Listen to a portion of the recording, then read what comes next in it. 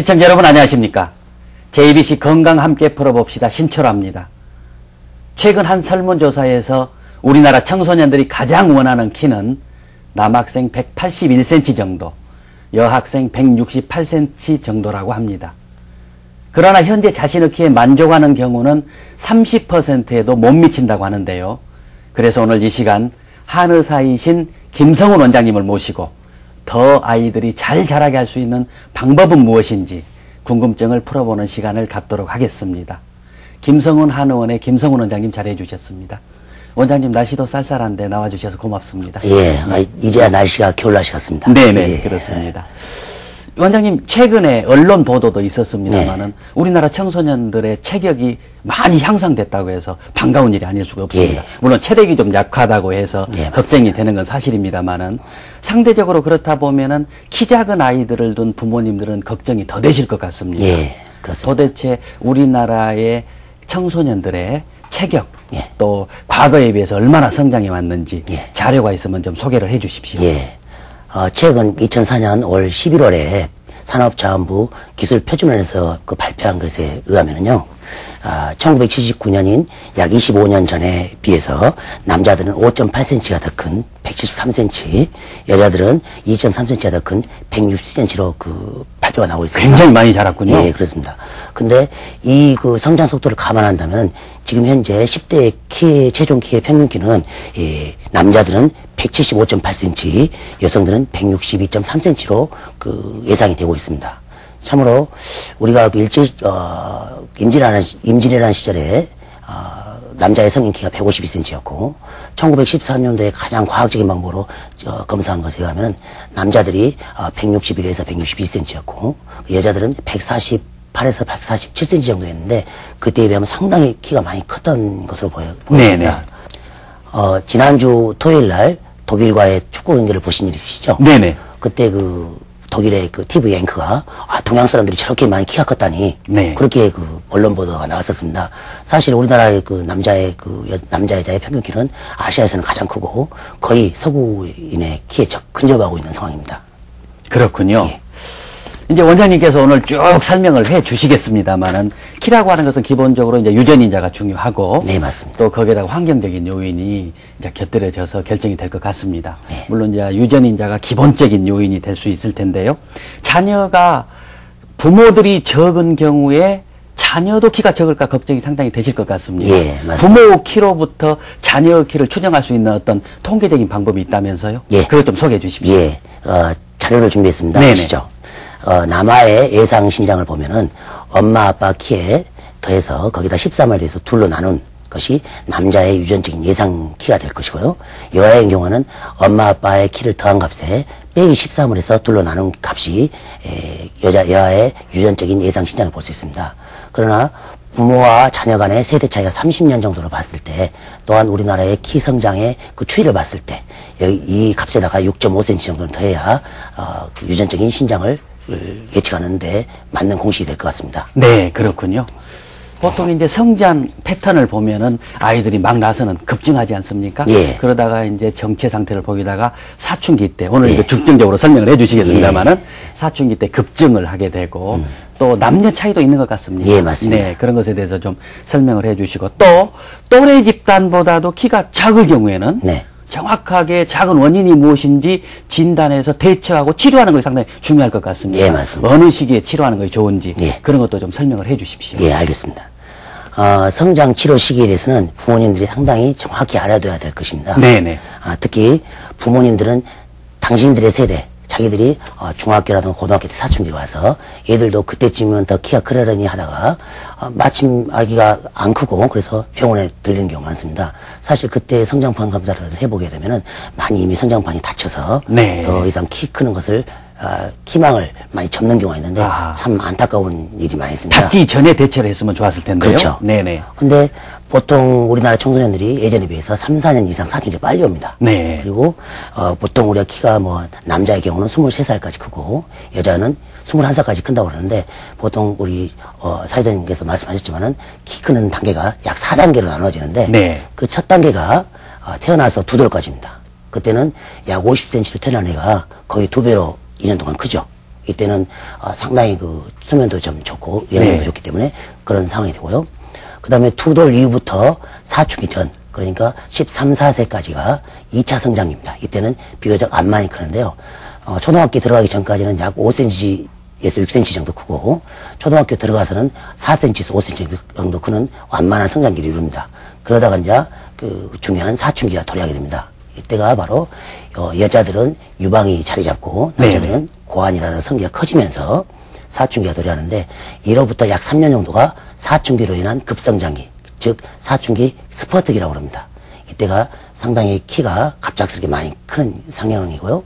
그리고 이 시기가 지나고 약 21살에서 22살까지가 4, 5년 정도가 4차 성장기로서 또 완만하게 성장하는데, 사실 사춘기로 인한 3차 성장기 때 우리가 키가 거의 95%에서 97%가 크고 나머지가 이 4차 성장기 때 크는 때입니다. 네. 그래서 우리가 키 성장에 있어서는 가장 적절한 때가, 물론 절 연령에 통해서 키가 작다면은 치료의 대상이 됩니다. 그렇지만 키가 작은 부모들은 사춘기 전, 여자들은 초등학교 4, 5학년, 남학생들은 5, 6학년 때 그 전에 시작해 주는 것이 키 크는 데는 가장 좋은 시기가 아닌가 생각됩니다. 네, 그렇군요. 네. 원장님, 그 지구상에서 피그미족이 가장 작다고 들었습니다. 네. 아주 뭐 아프리카에 사는데 네. 굉장히 적고, 또 마사이족이 제일 크다면서요? 네, 맞습니다. 네네네. 그런 경우 보면은 유전적인 요소, 좀 운명적인 요소가 있을 것도 같습니다만은, 네. 사실 아까 설명해 주신 대로 우리나라 과거와 현재를 비교해 주시고, 또 북한 이런 걸 볼 때도 네. 영양 상태라든지 환경 요인이 상당히 중요할 것 같습니다. 네.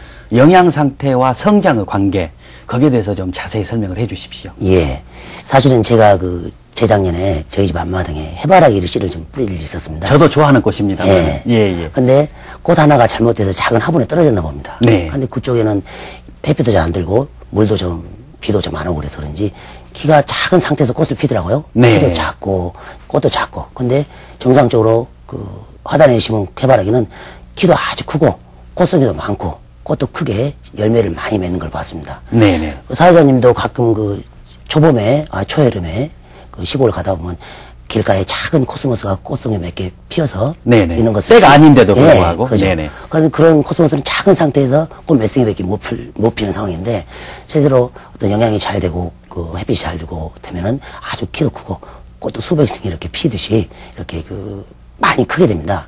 사람도 이와 같이 다르진 않습니다. 네. 그래서 단적인 예를 들어서 방금 말씀하셨다시피 북한 청소년과 우리 청소년들은 같은 한민족인데도 불구하고 키 차이가 10cm 이상 나타납니다. 네. 그 다음에 유전적인 상태에서도 보면은, 똑같은 유전자를 가지고 있는 일란성 쌍둥이도 어떤 자라온 환경과 영양 상태에 따라서 키 차이가 많이 나타나는 것은 우리가 누누이 볼 수 있는 상황입니다. 네, 그렇군요. 유전적인 요소가 기본이긴 하지만은 역시 환경적인 요인이 상당히 중요하군요. 예, 그렇죠. 네네. 원장님, 그렇다면 이제 성장 치료를 하게 된다면 최대한 효과를 얻어야 되지 않겠습니까? 그렇습니다. 또 어떤 경우에는 또래 집단보다 적다가도 따라잡기 성장을 해서 나중에 정상키로 크는 경우도 있을 테고, 예. 그리고 또 어떤 경우에는 계속해서 적어버린 경우가 있기 때문에 맞습니다. 정확한 진단을 통해서 그런 치료 방향을 결정하는 것이 좋을 텐데, 네. 어린 시절에서부터 미리서 성장 치료를 해야 될 경우, 그런 경우는 어떤 경우가 있습니까? 예. 키를 키우는데 관심을 가져야 될 상황들을 제가 정리를 해봤습니다. 네네. 차트로 말씀드리겠습니다. 예. 첫째, 아빠, 엄마 키가 작은 경우겠죠. 아빠 키가 166cm 이하라든가, 엄마 키가 156cm 이하. 이렇게 좀 유전적으로 작은 경우는 관심 가져줘야 될 것이고요. 출생 시에 엄마 뱃속, 사실은 우리가 아이가 가장 크는 때는 엄마 뱃속입니다. 그 단 하나의 세포에서 큰 그 아이로 성장하는 그 시기인데, 체중이 3kg 이하로 이렇게 약간 적게 태어나는 경우, 이런 경우도 우리가 관심 가져야 될 것이고요. 임신 중에 엄마가 건강 상태가 좋지 않은 경우, 입덧을 심하게 했다든가, 또한 임신 중독 등이라든가 빈혈이라든가 어떤 스트레스, 술, 담배를 해서 어떤 그 약물 중독이 있었다든가, 그런 경우도 조금 얘가 태어났을 때는 관심을 가져야 될 것이고요. 요즘 애들이 운동이 상당히 부족한 애들이 많습니다.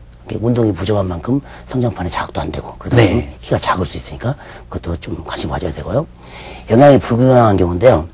요즘은 애들이 편식도 하고 불량식품을 많이 먹게 되고, 어떤 그 적절한 성장기에 따라서 좋은 그 음식을 섭취해야 되는데, 그런 것들이 많이 상당히 불안한 경우가 많이 있습니다. 네. 그런 경우도 우리가 관심을 가져야 됩니다. 그다음에 스트레스를 많이 받는 아이들이 있는데 스트레스를 받게 되면은 성장 호르몬이 나오지 않게 되고 그러다 보면 키가 덜 크게 되고요. 여러 가지 그 많은 그 성장에 장애를 주게 됩니다.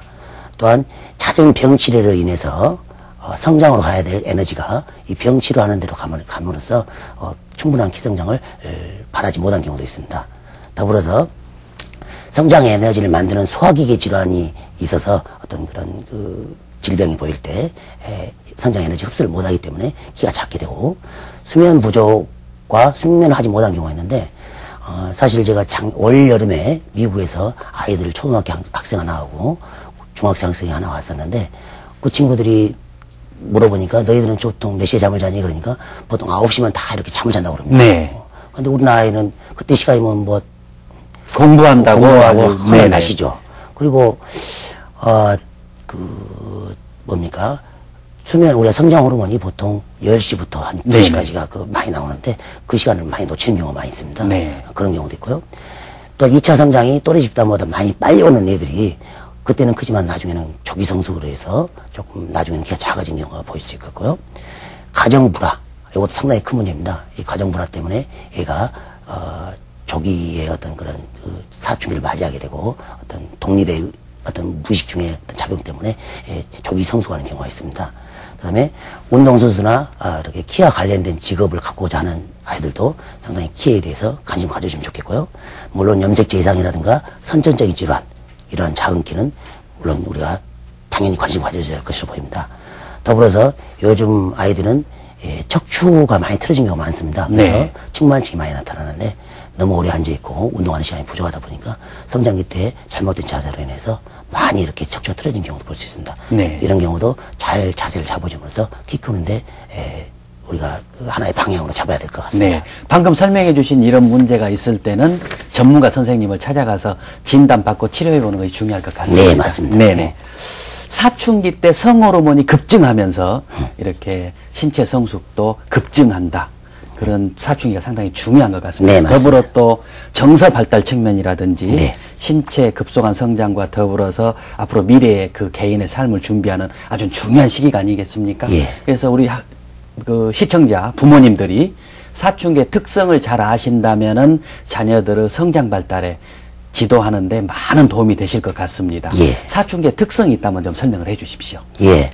우리가 사춘기가 되면은 현저한 생리적, 유체적 어떤 변화로 인해서 정서적으로 또 심리적으로 많이 그 변화가 오는 한마디로 우리가 질풍노도의 시기라고 그러지 않습니까?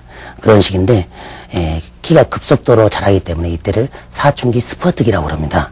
그래서 청소년들은 보통 8세에서 12세에 시작해서 17세에서 19세에 이 사춘기를 맞이하게 되는데요. 여자는 보통 남자보다 2년 정도 빠릅니다. 제가 그림을 준비했는데요. 그림을 보이시죠? 남아에 있어서 사춘기 시작은 우리가 꼬치가 번데기처럼 작다가 갑자기 이렇게 성기와 그 고환이 커지면서 사춘기가 시작됩니다. 여아의 경우는 유방이 없던 유방이 자리를 잡으면서 사춘기가 시작되는데 성호르몬이 증가해서 그런 성향이 나타나는 거죠? 예, 맞습니다. 성호르몬 때문에 그러죠. 근데 남아는 이제 사춘기로 인해서 이렇게 그 성기와 고환이 커지면서 변성기가 나타나고 그다음에 또 그 음모가 나타나면서 몽정을 하게 되죠. 그다음에 그 후로는 겨드랑이 털과 턱수염이 나게 됩니다. 여아인 경우는 유방이 자리 잡고 그다음은 골반이 커지면서 유두도 커지고 그러면서 월경을 하게 되고 초경을 하게 되고 그다음에 앵모가 나타나면서 사춘기가 나타나는데 그 한마디로 어린아이가 엄마 아빠하고 부끄러운 줄 모르고 옷 벗고 다니다가 갑자기 어느 날 옷을 안 벗으려고 하고 네. 아빠하고 목욕을 가서 목욕을 안 가려고 하고 그럴 때는 얘가 뭔가 신체적인 변화가 왔구나. 그래서 엄마 아빠들은 얘들이 잠잘 때 가만히 아들 같은 경우는 팬티를 벗겨서 야 꼬치가 좀 커가는가 고환이 커가는가 봐야 될 것이고 여아인 경우는 가슴을 좀 만져서 이 가슴에 조금 그 유방이 자리 잡고 있는가를 잘 살펴서 적절한 대처를 해야 될 것으로 보입니다. 네, 그렇군요. 네.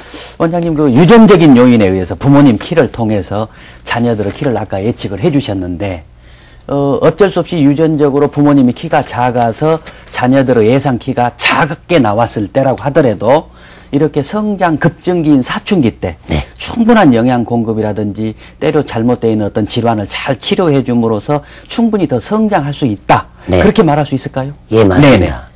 네네. 사실 우리가 키는 타고난다. 팔자송화이라는 말도 있습니다. 네네. 그래서 어떤 부모들은 내가 키가 작으니 뭐 얘들 키가 작을 것이다. 미리 포기하고 키 키우는 데를 관심을 안 가는 경우가 있는데 사실은 그러지 않습니다.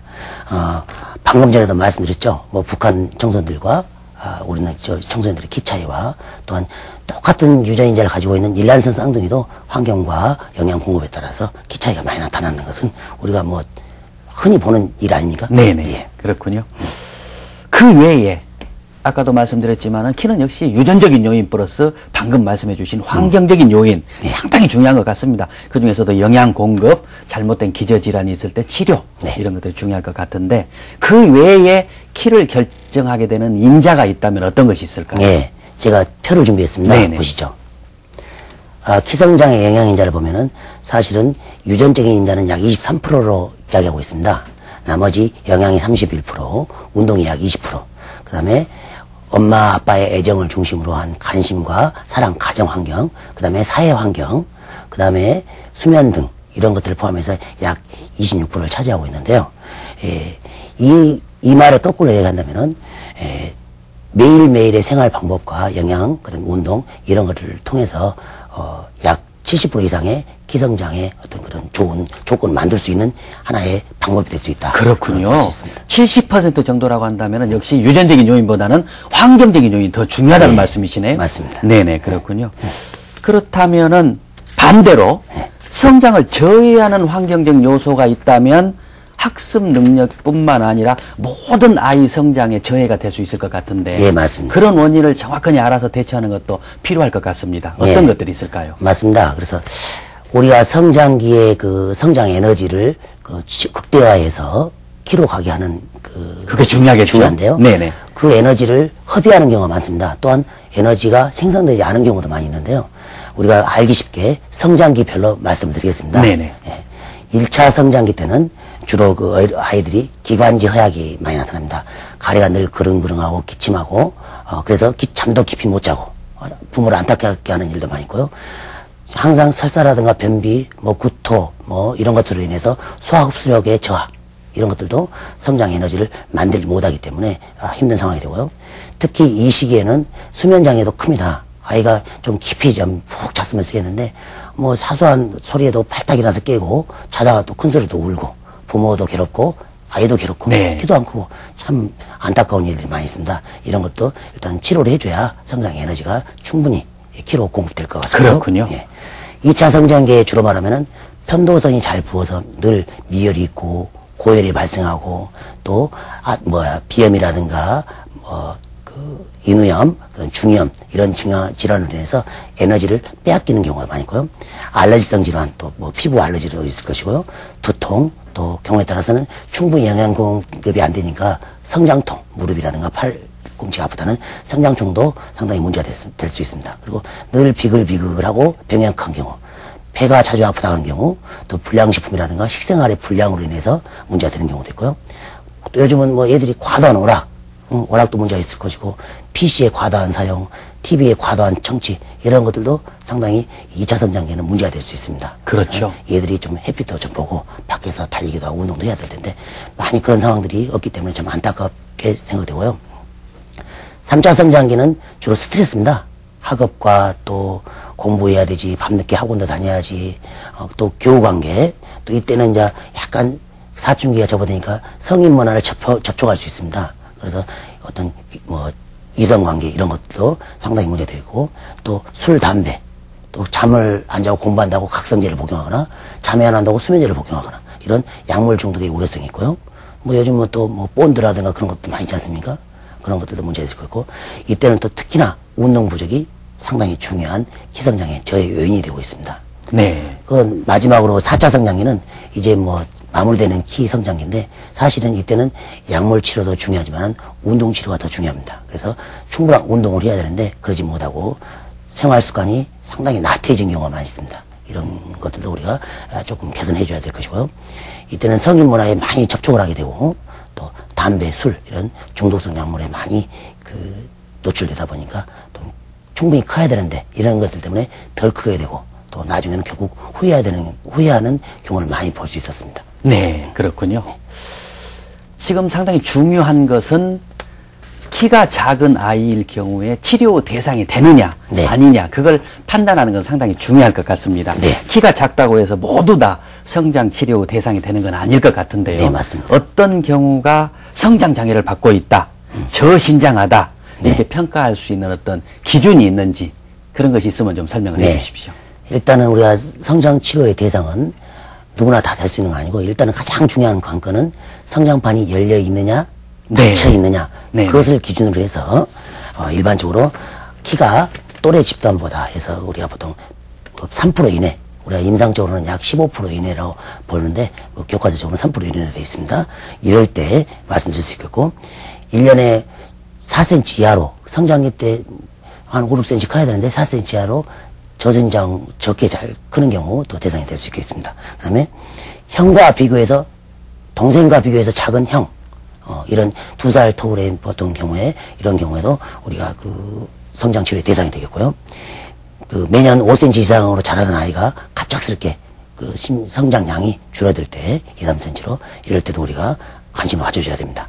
또한 키 작다고 작은 키 때문에 상당히 스트레스를 받거나 심적으로 위축돼 있을 때 오히려 이럴 때는 운동도 더 안 하고 악순환이 되는 경우가 있습니다. 그럴 때 우리가 성장 치료를 해서 얘한테 자신감을 심어줘야 될 것입니다. 또한 2차 성장이 또래 집단보다 좀 이상하게 빨리 왔을 때 그때는 네. 부모님들이 그 성징을 잘 파악을 해서 치료를 해줘야 된다고 생각됩니다. 네, 그렇군요. 체질적으로 허약한 아이라든지 기저 질환이 있어서 크지 않는 애들 경우는 그런 질환들을 잘 치료해 줌으로써 키를 잘 자라게 해주는 것이 상당히 중요할 것 같습니다. 네, 맞습니다. 그렇게 체질적 허약 때문에 키가 정상적으로 자라지 못한 경우, 네. 그런 경우는 어떤 경우들이 있습니까?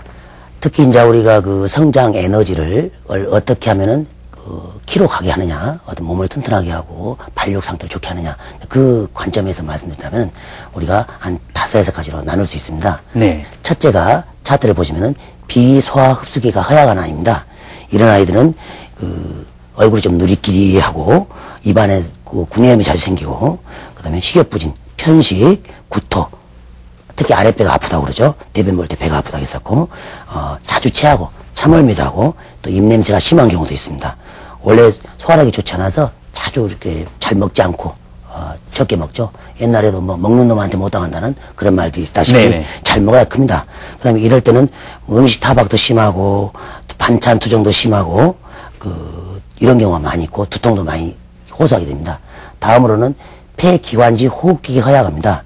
이런 경우는 얼굴에 핏기가 없고 조금 희멀건하고 얼굴에 버점도 많이 생기게 되고요. 이러면서 감기도 자주 앓고 기침이라든가 기관지염, 인후염, 비염, 축농증 이런 것들을 많이 앓게 되고요. 기관지 천식, 아토피염을 또 앓고 있는 아이라든가 그다음에 감기가 유행하다 싶으면 제일 먼저 앓습니다. 그러다도 낫기는 제일 나중에 낫는 경우는 애들 있죠. 네. 그런 애들이 이 폐기관지 허약아로서 혹시 감기를 빼넘어지게 될 것 같이 자주 앓는 아이들 경우에 해당이 되겠습니다. 다음으로 심장순환기, 정신신경계 허약한데요. 눈 주위에 좀 거무스름한 한이 있고 얼굴이 조금 거무스름하면서 조금 핏기가 없는 아이들로서 얼굴이 잘 붉어집니다. 그 다음에 혓바늘도 잘 생기고 그 다음에 어지러워하고 빨리 지치고 수면도 깊이 못하는 아이들 또 엄마를 잘 떨어지지 않으려고 했었고 잘 울고 유난히 불안해하면서 무서워하고 그 다음에 밤에 잠중에 일어나서 큰 소리로 울고 불안해하고 이런 애들이 많이 있습니다. 그 다음에 간기능 대사기계 허약아가 있는데요. 이런 경우들은 성격이 조급합니다. 그리고 손톱 밑에 피부가 잘 일어나게 되고 손바닥도 자주 벗겨지고 또 피로를 잘 느끼면서 늘 어지러워하고 코피를 흘리는 경우도 있습니다. 이런 애들은 살도 모르고 쥐도 많이 난다고 그럽니다. 이런 경우도 우리가 키가 잘 안 크는 아이들이 되겠고요. 비뇨생식기계 또 골격기계 허약아가 있는데요. 이런 애들은 얼굴이 검은 탁한 빛을 띠면서 뼈가 약해. 저 끄덕하면 잘 부러지고 뼈도 잘 빠고 그런 애들도 있고요.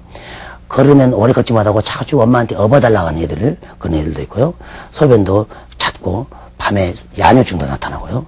야간에는 무릎도 아프고, 이런, 성장통도 있는 아이들, 좀 주물러달라는 아이들, 이런 애들이, 있겠고요. 또 하나는 우리가 엄마들이 흔히 조금 항상 호소하는 속열이 많은 아이들이 있습니다. 이런 애들은 입안에 설태가 조금 비우하고 지도설처럼 무늬가 있는 애들이 있는데, 이런 애들은 땀도 많이 흐르고, 또, 전신적으로 순환이 잘 안 돼서, 좀 잘 지치는 아이들에 해당되겠습니다. 그 다음에 늘 추워하고 움직이기 싫어하는 냉체질아도 있는데요. 이런 애들은, 학교를 갔다 오면 녹초가 되고, 운동하기도 싫어하고, 손발이 차면서, 상당히 활동적이지 못한 애들이 많이 있습니다. 이런 경우로 나눌 수 있는데, 사실은 이 대여섯 가지 경우가 단독적으로 오진 않고 같이 복합적으로 오는 경우가 흔히 있습니다. 네, 그렇군요. 이러한 체질적 허약한 아이들이라고 하더라도 그런 부족한 부분들을 잘 치료해서 하면은 역시 키가 잘 자랄 수 있는지 그것도 궁금합니다. 당연하죠. 그렇군요. 성장 에너지를 네. 질병 치료 쪽으로 가지 않고 네. 키 성장과 체력을 증진하는 쪽으로 가면은 당연히 키도 크고 또 훌륭하고 또 건강하게 크는 것입니다. 네, 그렇군요. 네. 이제 아이가 평균보다도 작아서 아까도 말씀을 드렸습니다마는 상당히 진단을 정확하게 하는 게 중요할 것 같습니다. 이 아이를 치료 대상이 되는지 아닌지 그럴 것 같은데 네. 병원에 찾아왔을 때 네. 한방에서는 어떤 진단을 통해서 검진하게 되는 것입니까? 네. 이것에 대해서는 우리가 자료를 준비했습니다. 네. 화면을 같이 한번 보시죠. 그러시죠. 우리 한방에 와서 이제 성장 치료에 대해서 검진을 받는 경우 상당히 다양한 검사를 하게 됩니다. 현대의학적인 기기를 가지고 검사도 하고, 또 한의학적인 방법을 통해서 야가 왜, 어떤 이유로 저신장에 왔고, 앞으로 이걸 해결하기 위해서 어떤 방법을 써야 될까 하는 정확한 검진을 하게 되는데요. 첫째, 기본 검사를 보면은, 우리가, 키와 체중을 재게 되고, 체성분, 그 다음에 성장판 검사를 하게 됩니다. 그 다음에 체질적으로 야가 어떤 체질, 사상 체질에서 어떤 체질인가, 또한 이런 검사를 하게 되고, 체중 비만도 검사를 통해서 야가 비만으로 인해서 키가 안 크는지, 또 체성분 검사상에 어떤 영양의 불균형이 있는지, 체성분에 어떤 불합리한 면이 있는지, 그 다음에 또 적외선 체열 진단으로서 이 체질적인 상태와 야가 편중이 어느 장기에 열이 많이 편중되어 있고 문제가 있는지, 그 다음에 골연령 검사로서 야가 또래 집단보다 골연령이 더 많은지 더 높은지 적은지 이렇게 기본 검사를 하게 되고요. 두 번째는 이제 물론 부모의 키와 체중을 체크해서 유전적인 상황을 체크를 합니다. 또한 2차 성징 상태가 왔는지, 어느 정도 있으면 올 것인지, 어느 정도 진행이 됐는지 검사를 하게 되고요. 부모의 임신 중에 문제가 있었는지 그걸 검사를 하게 됩니다. 또한 필요한 경우에는 혈액 검사와 소변 검사를 하게 되고요. 유전적인 경우는 호르몬 요법과 또 수술을 해야, 일리자로프 수술이라는 수술을 또 해야 될지 모르는 상황이니까 네. 그런 때는 또 우리가 적절하게 그런 병원을 의뢰를 해드립니다. 네, 그다음에 그렇군요. 기초질환이 우리가 4차 성장기 동안에 여러 가지 질환을 말씀드렸었는데, 기초질환에 대해서 검진 또 치료를 해서 성장 에너지를 뺏지 않게 하는 치료를 하게 되고요. 식생활과 생활습관 또 수면습관, 운동 상태를 검진하게 됩니다. 그다음에 척추 배열 상태를 정확하게 보기 위해서 모아래로 체형을 진단해서 또 교정 치료를 하는 여러 가지 진단 방법이 있습니다. 네, 그렇군요. 그런 진단을 통해서 검사를 통해서 정확한 진단을 할 수 있을 것 같습니다. 네. 아까 자주 여러 번 반복해서 나왔습니다마는 성장판 골연령 네. 이런 용어가 상당히 중요하고 우리 시청자분들이 꼭 아셔야 도움이 될 것 같습니다. 네. 보통 이제 엑스레이를 찍어 보면은 뼈끝 부분에서 주로 우리가 쉽게 관찰할 수 있는 거 아니겠습니까? 맞습니다. 그리고 또 골연령도 역시 손목의 뼈를 보면은 네. 손목뼈가 나서부터 12살까지 꾸준히 하나씩 더 생기면서 성장하기 때문에 네. 그걸로 판단할 수 있으실 텐데 그런 골연령과 성장판에 대해서 좀 더 자세하게 설명을 좀 해주십시오. 네, 그러죠. 우리가 성장의 관건은 성장판에 있기 때문에 네. 성장판이 어느 정도 열려 있고 앞으로 어느 시기가 되면 닫힐 것인가 보기 위해서는 성장판을 자세히 봐야 될 것 같습니다. 네네. 차트를 준비했습니다. 보시죠. 자, 왼쪽의 그림이 소아의 골격 구조입니다. 오른쪽은 성인의 골격 구조인데 화살표가 보이시죠? 그런 부분들이 다 지금 성장판하고 연계되죠. 네. 그래서 이 성장판이 자극을 받아서 뼈가 길이 성장함으로써 키가 크게 되는데 성장판은 뭐 무릎, 그다음에 발목, 고관절 부분, 척추뼈 마디마디, 손목 뭐 다 이렇게 많이 있습니다. 그래서 이런 부분들이 커가면서 키가 크게 됩니다. 다음 그림을 보시면은 이 그림은 왼쪽 그림은 성장판이 많이 닫혀져서 흔적만 남아있는 것이 보이고요. 오른쪽 그림은 이렇게 성장판이 까맣게 보이는 그 부분이 보이죠. 이 부분이 열려있는 성장판입니다. 그래서 이 열려있을 때와 또 닫혀있을 때 성장의 치료가 다르게 됩니다. 네네. 예, 다음으로 이 성장판이 어떤 요소에서 크게 되냐면은 이 성장판의 이 노란색의 영양과 플러스 표시의 성장 호르몬, 그다음에 이 화살표 표시의 운동 자극에 의해서 성장이 이루어지는데 이런 것들이 잘 적절하게 이루어졌을 때 키가 길이로 자라게 돼서 이렇게 키가 성장하게 되는 겁니다. 네, 그렇군요. 그러니까 저기가 호르몬의 자극을 받아서 성장판 부위가 왕성하게 세포 분열을 통해서 뼈 길이 생장이 일어난다는 말씀이 되겠군요. 맞습니다. 주로 이제 성 호르몬이 급격하게 증가하는 사춘기 때 왕성하게 세포 분열을 한다. 그렇게 볼 수 있겠군요. 네. 그렇다면은 저런 성장판이 열려 있는 동안에 충분한 영양 공급이라든지 다른 치료 처치를 통해서 키를 더 늘릴 수 있을 것 같은데 그런 것은 어떤 것인지, 또 남자 여자가 나중에 키 차이가 상당히 납니다. 그런 것은 어떤 이유인지 그런 것도 좀 설명을 해 주십시오. 예, 우리가 여러 가지 영양 요소에 의해서 성장판이 자극을 받고 그래서 이제 키가 길이 자람을 통해서 성장을 하게 되는데 우리가 흔히 여자가 남자보다 키가 작은 이유에 대해서 많이 물어봅니다. 네네. 흔히 여자가 보통 방금 전에도 말씀드렸다시피 사춘기가 2년이 빨리 옵니다. 2년이 빨리 오다 보니까 사춘기 전에 우리가 평균적으로 5cm 정도 큰다고 보면은 2년이 남자가 늦기 때문에 사춘기 전이 2년이 더 많습니다. 그래서 2년 동안 10cm가 더 크고요. 또 사춘기 성호르몬의 왕성한 정도가 남자가 좀 더 많습니다. 그래서 사춘기 때 평균적으로 3cm 정도 더 큽니다. 그래서 남아가 여아보다 13cm 정도 평균이 크는데 이것은 세계적 어느 나라라도 비슷한 통계가 나오고 있습니다. 그래서 남자 여자 키가 이렇게 차이가 나는 겁니다. 그렇군요.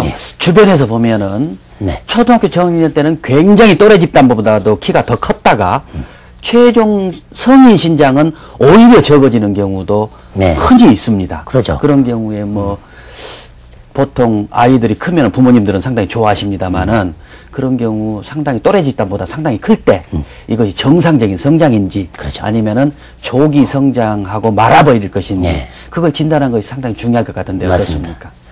뭐 저 같은 경우도 초등학교 때는 좀 컸습니다. 그런데 이제 요즘 사회에서 만나보면 친구들이 왜 너는 그만 크고 말았냐 그런 경우도 많이 그렇군요. 듣는 이야기인데요.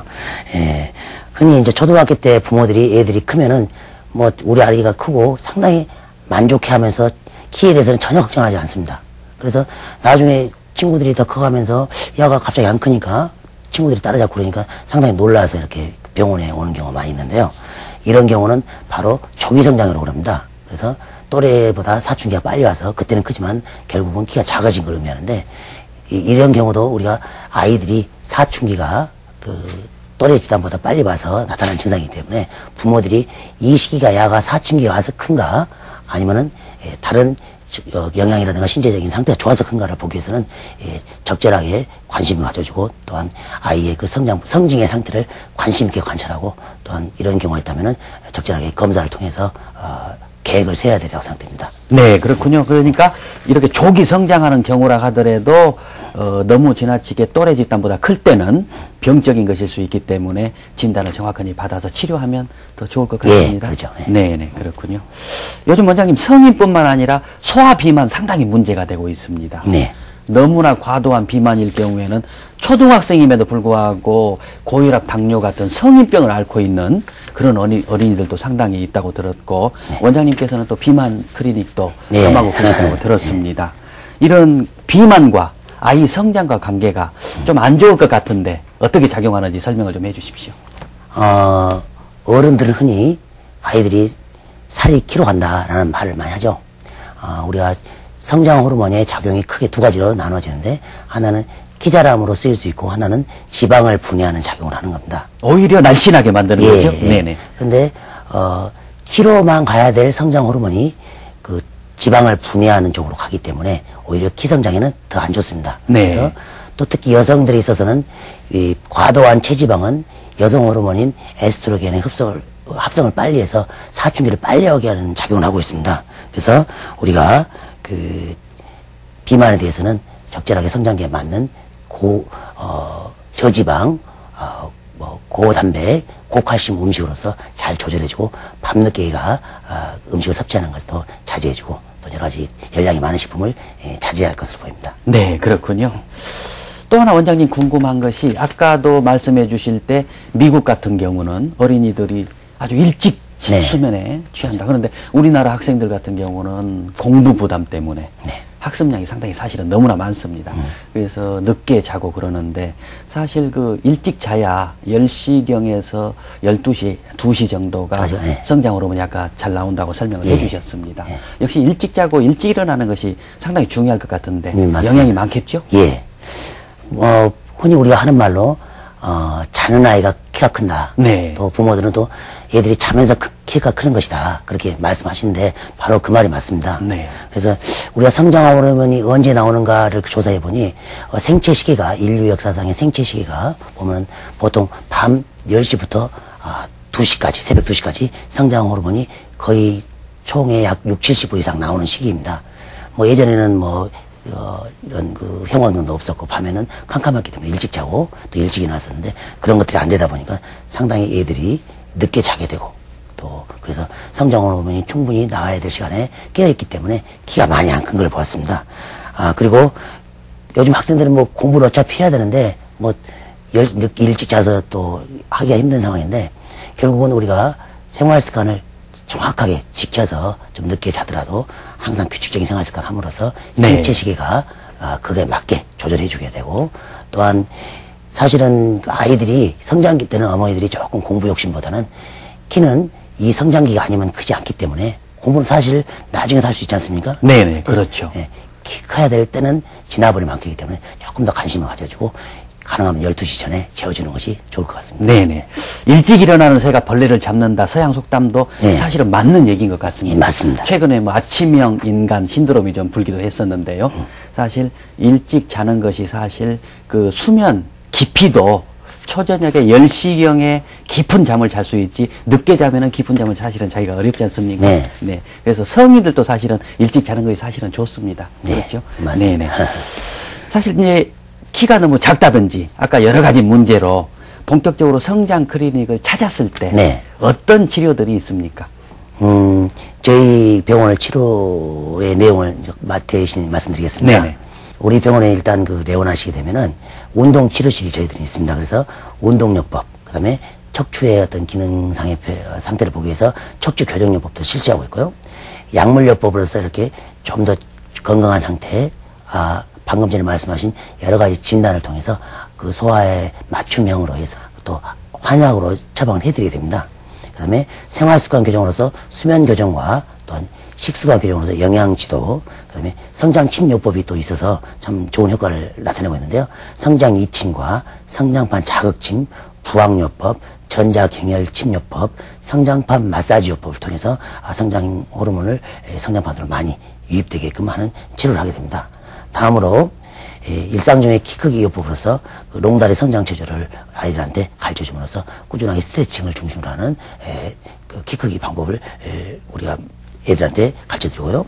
또 그 기초 질환이 있다면은 뭐 여러 가지 성장통이라든가 피부 질환, 이런 성장 호르몬의 기능을 더 왕성하게 하고 성장 에너지를 더 돋게 하기 위해서 기초 질환을 치료하게 됩니다. 또한 음악요법으로서 어떤 정신적으로 안정되게 해서 이렇게 성장 호르몬의 분비를 원활하게 만들어주고요.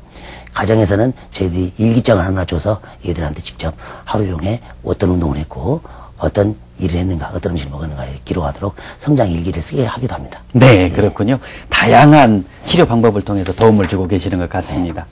그렇다면 원장님 이런 성장 치료를 받았을 때 아이가 어느 정도나 더 잘할 수 있는지 그 효과가 사실은 궁금해집니다. 예. 또 더불어서 질문을 꼭 드리고 싶은 것은 항상 이런 치료는 정확한 이런 병원을 통해서 전문의 선생님을 통해서 치료받는 것이 중요할 것 같습니다. 네. 요즘 홈쇼핑 같은 걸 봐도 키 크는 뭐 약이 네, 뭐니 또 너무나도 과도하게 과장 광고 네. 이런 것도 상당히 사회 문제가 되기 때문에 네. 예, 어떤 효과가 있습니까? 그렇죠. 우리가 사실은 우리가 키 크는 약, 뭐 키 크는 뭐 운동기구라고 했는데 사실은 키 크는 약이 아니고 키 크게 하게 도움을 주는 약이죠. 네네. 어떤 조건을 만들어주고 해야 되는데 일반적으로 시중에서 광고되는 걸 보면은 그 사람의 특징적인 상황이라든가 현재 성장 상태라든가 성장판의 상태를 전혀 고려하지 않은 상태에서 이렇게 시판하고 있는데 네. 참 문제성이 있다고 보입니다. 근데 저희들은 뭐 여러 가지 진단을 통해서 적절한 그 상태에 맞춰서 치료를 하게 되는데 그렇겠죠. 예, 성장판이 열려 있는 시기와 성장판이 닫혀가는 시기를 나눠서 우리가 보면은요. 성장기에 우리가 치료가 보면은 보통 애들이 정상적으로 끝나면은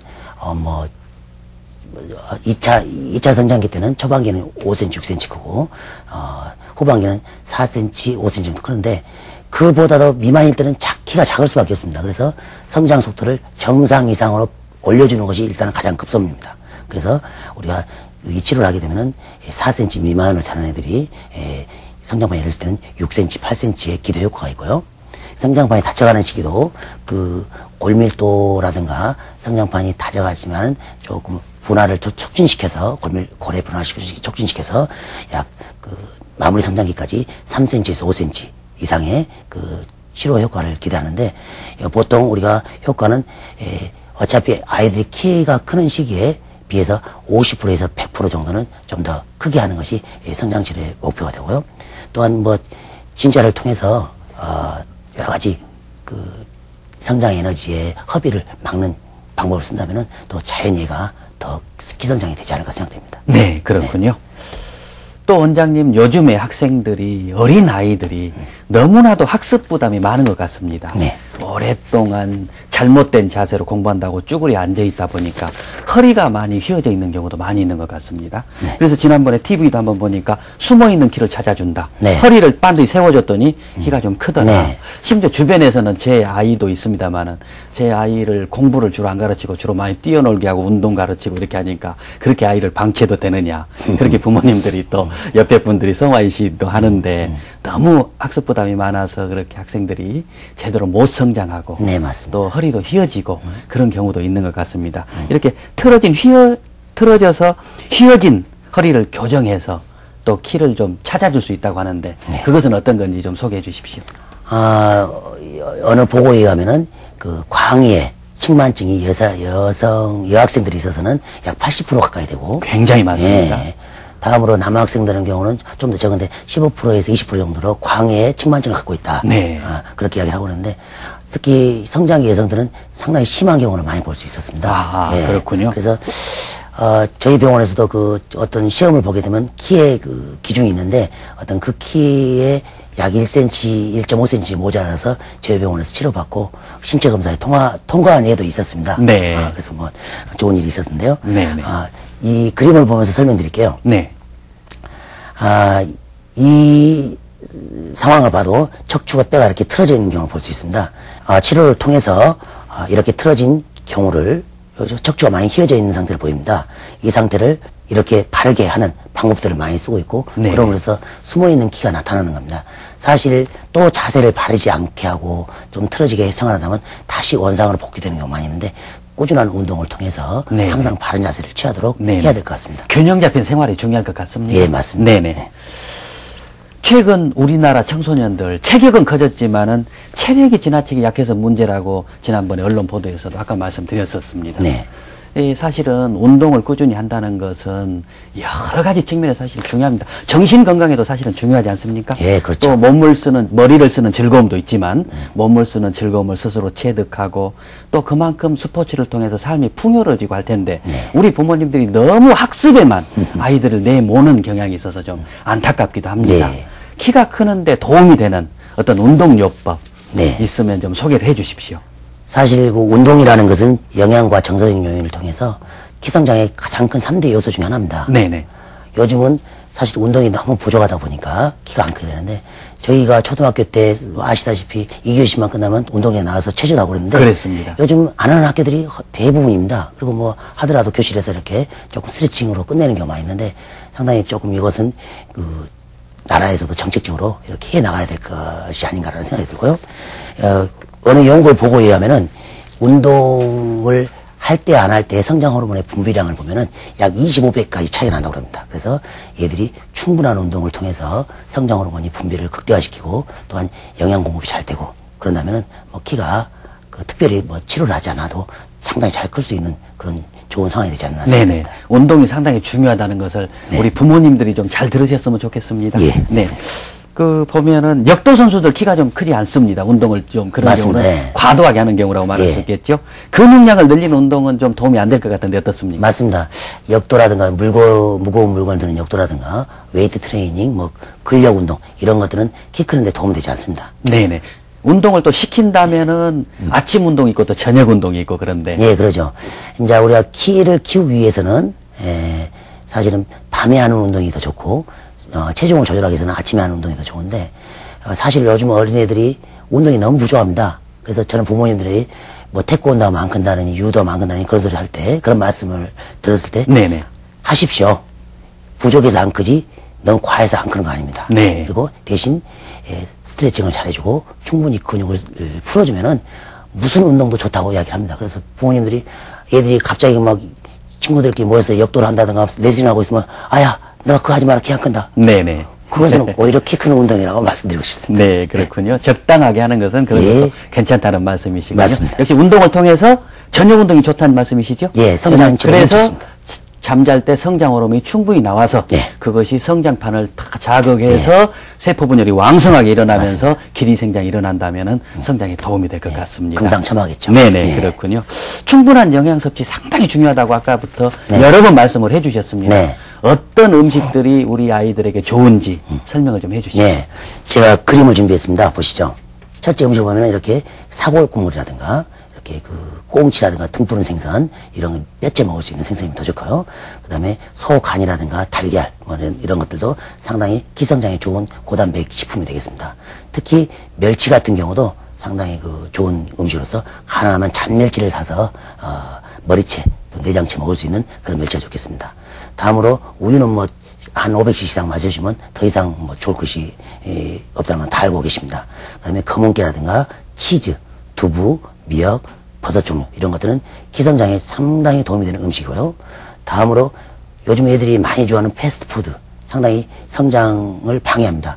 열량만 많고 지방질이 많기 때문에 네. 예, 오히려 그 지방질이 많이 쌓이면은 그걸 분해하기 위해서 성장 호르몬이 분해하는 데 써버리는 키 크는 데 안 쓴다고 했지 않습니까? 그렇다시피 이 당분이 많은 이 카페인, 탄산음료. 탄산음료는 저희가 얘들한테 오면은 우리가 피를 빨아먹는 귀신을 흡혈귀라 하듯이 이 탄산음료는 흡칼기다. 칼슘을 네. 빨아먹는 귀신이다. 이렇게 네. 이야기를 합니다. 그렇군요. 예. 그 다음에 요즘 뭐 인탄식품에 대해서는 요즘 그 슈퍼 사이즈미라는 영화에서도 나왔다시피 상당히 해악이 많은 걸로 뭐 다 알고 계시고요. 그 주스에 대해서 많이 질문하십니다. 사실 주스는 낮에는 괜찮습니다. 근데 자기 전에 한잔하는 것은 오히려 성장 호르몬의 분비를 저해합니다. 그래서 네, 낮에 그렇군요. 먹이되 밤에는 먹이지 말자. 짜고 매운 거, 그다음에 커피, 이런 인스턴트 라면 종류 이런 것도 키 크는데 가장 안 좋은 음식에 속하게 됐습니다. 그렇군요. 네.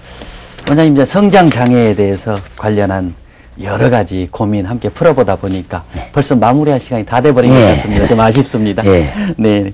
마지막으로 이제 마무리하는 의미에서 우리 시청자 여러분들에게 도움이 될 수 있는 말씀 한마디 해주십시오. 네.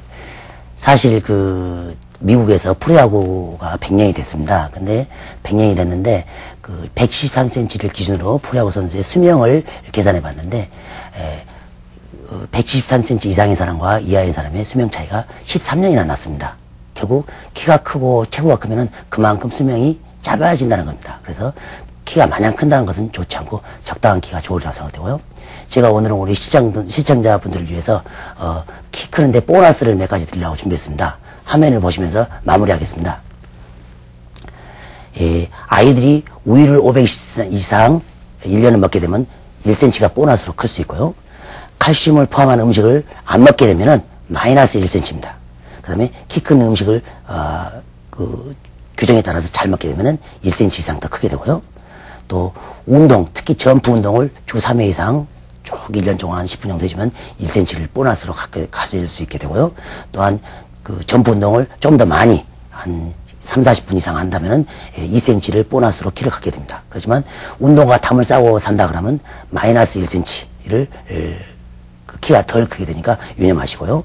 그 다음에 일찍 자고 일찍 일어나면 플러스 1cm를 보너스로 받게 되고요. 늦게 자고 늦게 일어나면 또 마이너스 1cm가 됩니다. 어른처럼 행동하고 TV, PC를 컴퓨터를 많이 하게 되면 마이너스 1cm, 술, 담배를 또 많이 하고 어떤 그 어른처럼 자유행위라든가 성인문화에 접촉하게 되면 마이너스 1cm, 또 너무 비만해서 20% 이상 체중이 들어가면은 과도하게 되면 마이너스 1cm, 또 너무 안 먹어서 여유에 있으면 또 마이너스 1cm, 이런 그 키 성장이 되기 때문에 우리 시청자분들도 이렇게 잘 이런 상황을 인지하셔서 앞으로 건강하고 더 아름다운 그 청소년이 되시길 바랍니다. 네, 오늘 김성훈 한의원의 김성훈 원장님을 모시고 어린이 성장 장애에 대해서 여러 가지 자세하게 알아보았습니다. 원장님 좋은 말씀 너무 감사합니다. 네, 감사합니다. 시청자 여러분, 키는 운명적으로 꼭 정해진 것이 아니라 유전이 기본이긴 하지만은 영양 상태, 심리적 요인, 위생 상태도 성장의 중요한 요소라고 하는 것을 오늘 배웠습니다. 좋은 체격, 큰 키를 위해서는 균형 잡힌 영양 공급, 적절한 운동, 부모님의 풍부한 사랑 등이 무엇보다 중요할 것으로 생각이 됩니다. 지금까지 진행의 신철화였습니다. 다음 시간에 뵙겠습니다. 안녕히 계십시오.